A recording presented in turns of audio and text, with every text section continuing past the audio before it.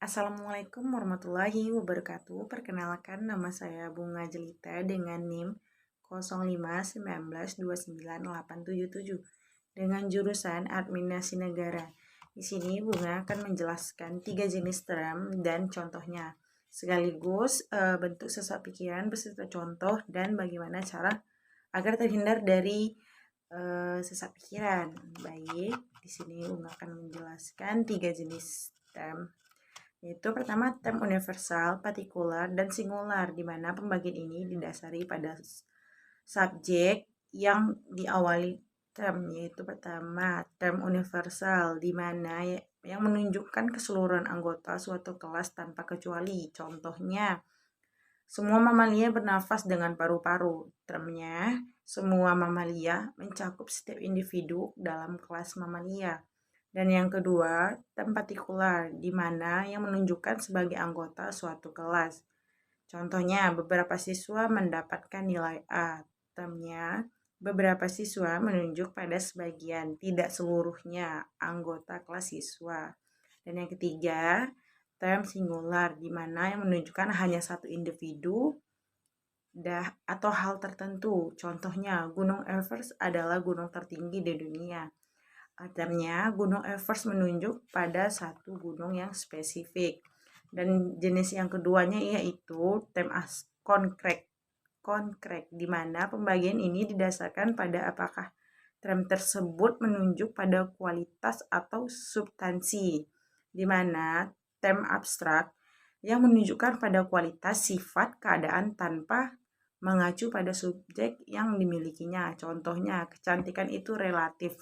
Termnya kecantikan merujuk pada konsep atau kualitas keindahan. Dan yang term konkretnya, di mana menunjuk pada suatu substansi atau objek yang memiliki kualitas tertentu. Contohnya, bunga mawar itu berwarna merah. Termnya, bunga mawar menunjuk pada objek fisik, yaitu bunga mawar.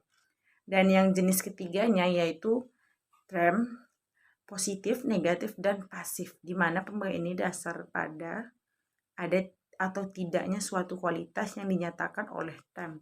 Contohnya yaitu term positif, di mana yang menyatakan adanya suatu kualitas atau karakteristik. Contohnya sehat, berarti menyatakan adanya suatu kualitas kesehatan. Dan yang negatifnya, term yang menyatakan tidak ada suatu kualitas atau karakteristik dengan menggunakan partikel negatif. Contohnya, bukan perokok, berarti menyatakan tidak adanya kebiasaan merokok. Term pasif, di mana menunjukkan hanya suatu kualitas yang seharusnya pada subjek. Contohnya, tuli, menunjukkan tidak hanya adanya kemampuan mendengar pada makhluk yang seharusnya memiliki kemampuan tersebut. Sesat pikiran itu adalah kesalahan dalam penalaran yang membuat suatu argumen menjadi tidak valid. Mengenai berbagai jenis atau sesat pikiran ini dapat mengevaluasi argumen orang lain secara kritis. Contoh bentuk sesat pikirannya itu ialah kamu harus setuju bahwa saya benar, atau kamu akan merasakan akibatnya. Kebenarannya, suatu kenyataan tidak ditentukan oleh ancaman. Cara menghindari sesat pikiran yaitu pelajari dan kenali berbagai jenis sesat pikiran.